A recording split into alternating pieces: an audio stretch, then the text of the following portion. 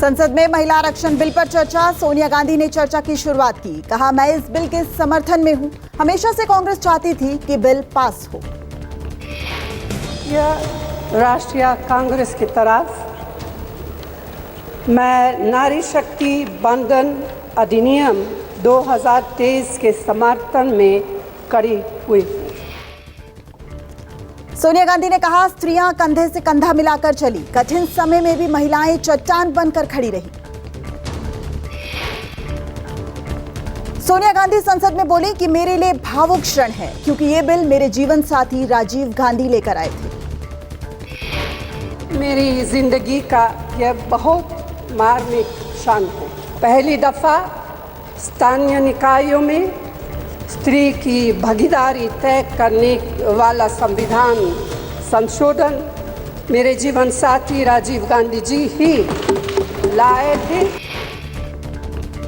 महिला आरक्षण बिल पर नीतीश कुमार ने कहा, हम शुरू से महिला आरक्षण बिल की मांग कर रहे हैं। इसके साथ हमने और भी मांग की थी, लेकिन वह नहीं हुआ।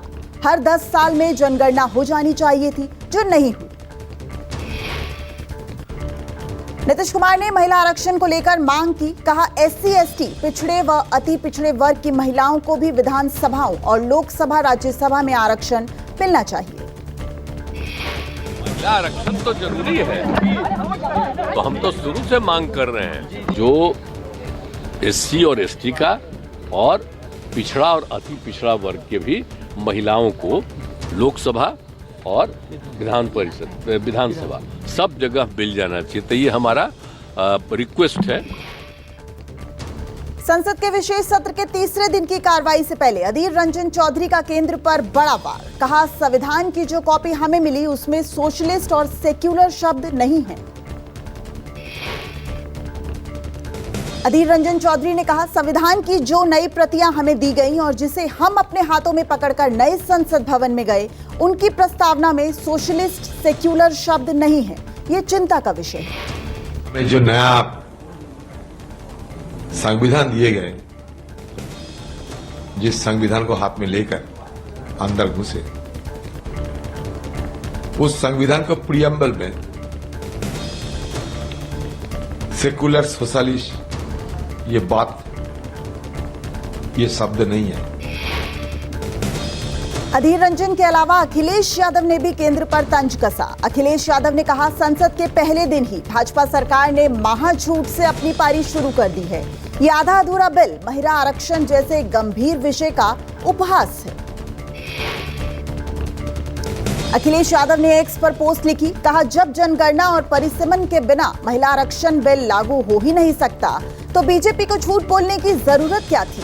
भाजपा सरकार न जनगणना के पक्ष में है, न ही जातिगत जनगणना के।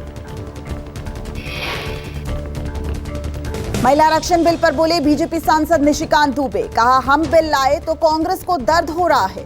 पीएम मोदी ने सारे देश में शौचालय बनवाकर महिलाओं को सम्मान दिया। बिल लेकर आए हैं कि इनके पेट में दर्द हो रहा है। इस देश के प्रधानमंत्री ने जो सबसे बड़ी बात की कि उनको सम्मान दिया। सर, सारे स्कूल में, स्मृति ईरानी जी उस वक्त HRD मिनिस्टर थी, सारे स्कूलों में शौचालय बनाकर महिलाएं कैसे अच्छा से पढ़ेंगी, बच्चियां कैसे आगे बढ़ेंगी, उसी का ये उदाहरण। निशिकांत दुबे ने कहा, कांग्रेस ने बिल को लॉलीपॉप बनाया। इस बिल से महिलाओं को अधिकार मिलेगा, लेकिन सोनिया गांधी बिल का क्रेडिट लेना चाहती हैं।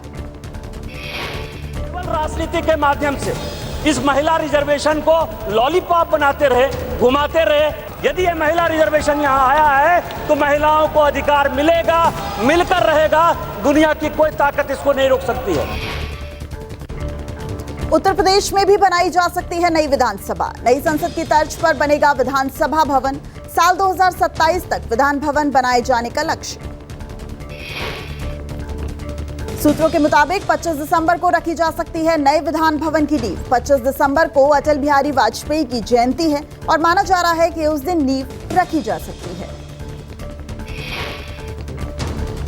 केंद्रीय मंत्री प्रहलाद जोशी से मिले कर्नाटक के deputy CM DK Shiv Kumar. दोनों नेताओं के बीच कावेरी जल मुद्दे पर हुई चर्चा। कर्नाटक के deputy CM DK Shiv Kumar ने कहा, तमिलनाडु को पानी देने से कोई समस्या नहीं है, लेकिन पानी नहीं है। वर्तमान हालात को सुप्रीम कोर्ट के समक्ष रखेंगे। कर्नाटक के सीएम सिद्धरामैया और डीके शिव कुमार की कावेरी नदी जल बंटवारे को लेकर बैठक हुई। कावेरी जल प्रबंधन प्राधिकरण ने राज्य सरकार को दिया 5000 क्यूसेक पानी छोड़ने का आदेश। खालिस्तानियों के बचाव को लेकर कनाडा घिर गया है। मुंबई में कनाडा के पॉप सिंगर शुभनीत सिंह उर्फ शुभ का विरोध हुआ। मुंबई में सिंगर के पोस्टर फाड़े गए। बीजेपी यूथ विंग में सिंगर के लगे पोस्टर्स फाड़े और कालिक भी पोत दी। भारत और कनाडा के रिश्ते खराब होने के बाद सिंगर के दौरे का विरोध दिखाई दिया। Consumer based electronic brand boat ने शुभनीत के कार्यक्रम की स्पॉन्सरशिप वापस ले ली है।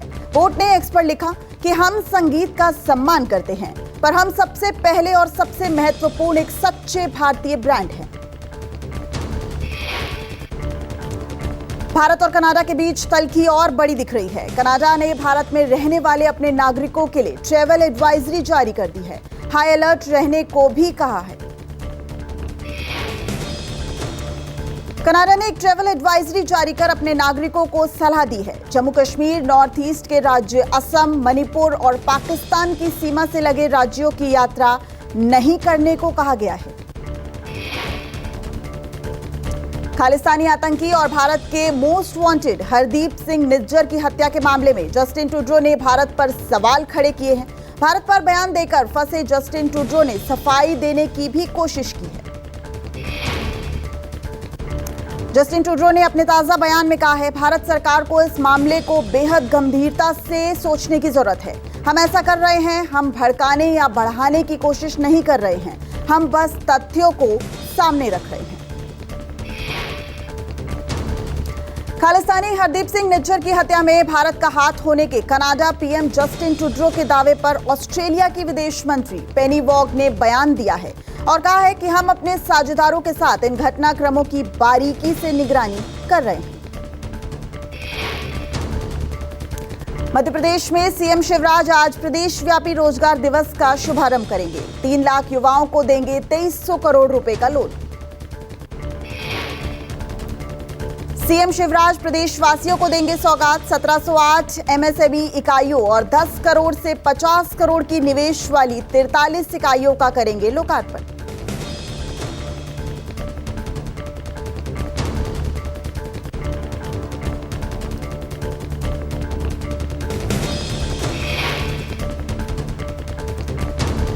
राष्ट्रपति द्रौपदी मुर्मू आज एशिया प्रशांत के राष्ट्रीय मानवाधिकार संसाधनों के सम्मेलन का शुभारंभ करेंगी। सम्मेलन में 23 देशों और 5 पर्यवेक्षक देशों के अधिकारी शामिल होंगे।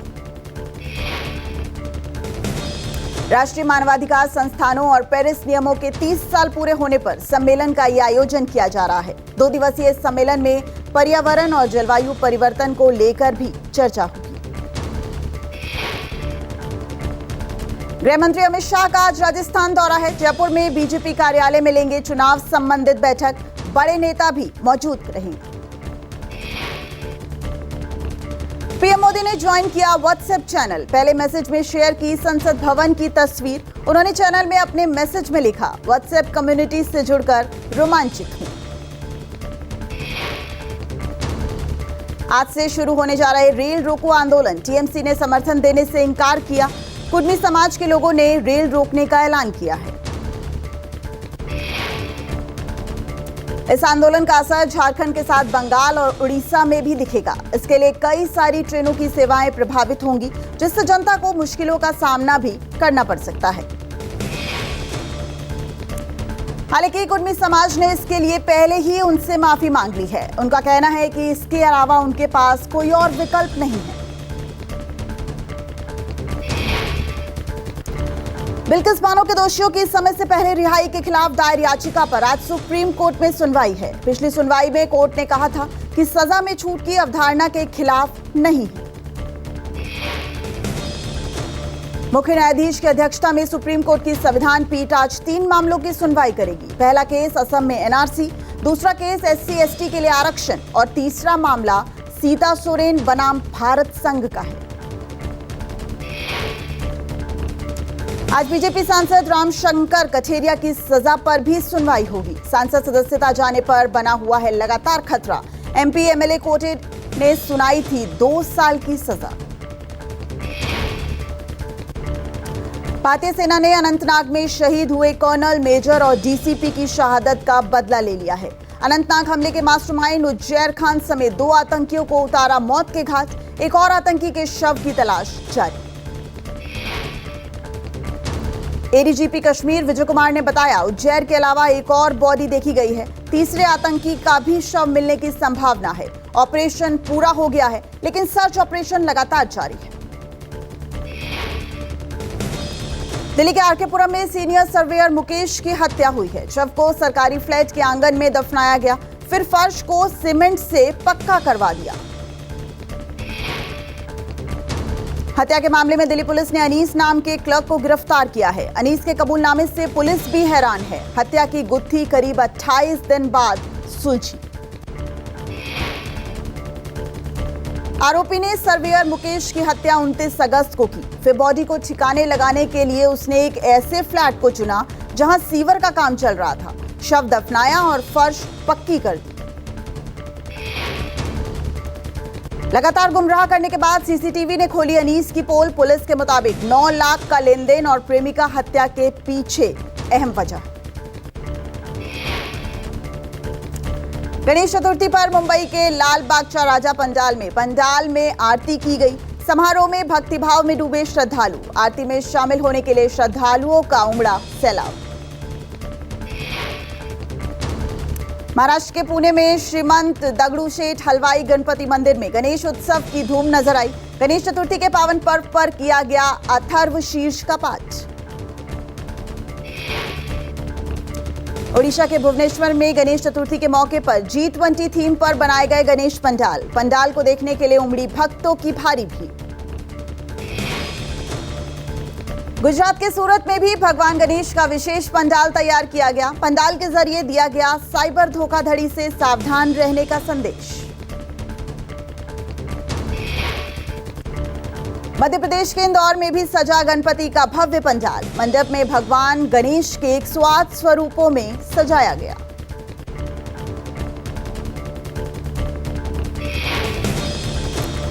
गुवाहाटी में गणेश चतुर्थी के अवसर पूजा पंडालों में भक्तों का तांता लगा। दिसपुर के गणेश पूजा पंडाल में श्रद्धालुओं ने विधि विधान से श्री गणेश की पूजा की। नागपुर के टेकड़ी में स्थित श्री गणेश मंदिर में सुबह से ही विनायक के दर्शनों को उमड़े भक्त। गणेश चतुर्थी के अवसर पर मंदिर में विशेष आरती का आयोजन। गणेश चतुर्थी पर सैंड आर्टिस्ट सुदर्शन पटनायक ने दिया विश्व शांति का संदेश। स्टील के कटोरे के टुकड़े स्थापित करके भगवान गणेश की रेत से खूबसूरत मूर्ति बनाई।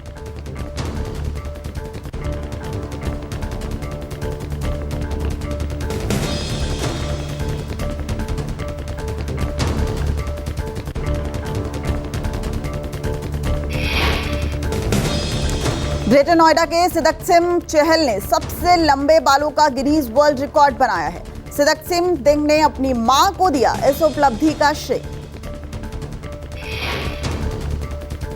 15 साल की उम्र में ही सिदकदीप ने 4 फीट 9.5 इंच लंबे बालों का बनाया था रिकॉर्ड। सिदकदीप को बालों को धोने में लगभग 20 मिनट लगते हैं और सुखाने में आधा घंटा लगता है। यूपी पुलिस ने मुरादाबाद समेत पूरे रेंज में 33,000 से अधिक सीसीटीवी कैमरे लगाए हैं। डीआईजी मुरादाबाद के मुताबिक कई घटनाओं के आरोपियों को पकड़ने में कामयाबी मिलेगी। राधाअष्टमी के त्योहार को लेकर बरसाने में आगरा पुलिस ने की समीक्षा बैठक। पर्याप्त सुरक्षा बल की तैनाती। राधाअष्टमी पर पहुंचेंगे लाखों श्रद्धालु। तमिलनाडु के मदुरई में खाद्य सुरक्षा अधिकारियों की रेड। अफसरों की टीम ने मीट की दुकानों पर छापेमारी की। 2 दुकानों को सील किया और 70 किलोग्राम चिकन जब्त किया। जम्मू कश्मीर के श्रीनगर में एलजी मनोज सिन्हा ने सांस्कृतिक अकादमी के कार्यक्रम में हिस्सा लिया। 2 दिवसीय लोक उत्सव में भारी संख्या में लोग जुटे। गुजरात, झारखंड, राजस्थान, पूर्वी भारत समेत देश के कई हिस्सों में बारिश का अलर्ट जारी हुआ है। गुजरात में भारी बारिश के चलते आम जनजीवन अस्त व्यस्त नजर आ रहा है। गुजरात में भारी बारिश के चलते भरूच में नर्मदा पुल बंद किया गया है। एनडीआरएफ ने 105 लोगों को बचाया। नर्मदा बांध से पानी छोड़े जाने के बाद गांव में बाढ़, स्कूल और कॉलेज को बंद कर दिया गया है। पंजाब के मुक्तसर में प्राइवेट बस नहर में गिरी, 8 लोगों की मौत और 11 घायलों को बाहर निकाला गया। कई लोगों के बह जाने की भी आशंका जताई जा रही है। प्रशासन के मुताबिक बस में करीब 35 सवारियां थी। अभी भी कई लोगों के नहर में बहने की आशंका जताई जा रही है। फोन पर धमकी देकर रंगदारी मांगने वाले 3 शख्स गिरफ्तार हुए हैं। एक होटल के मैनेजर खुर्शीद अली को फोन कर 20 लाख रुपए मांगे थे।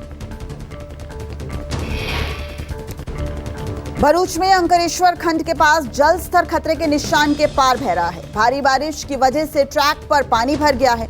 30 ट्रेनों को रद्द भी किया गया है। यात्रियों की सुविधा के लिए रेलवे ने हेल्पलाइन नंबर भी जारी किया है।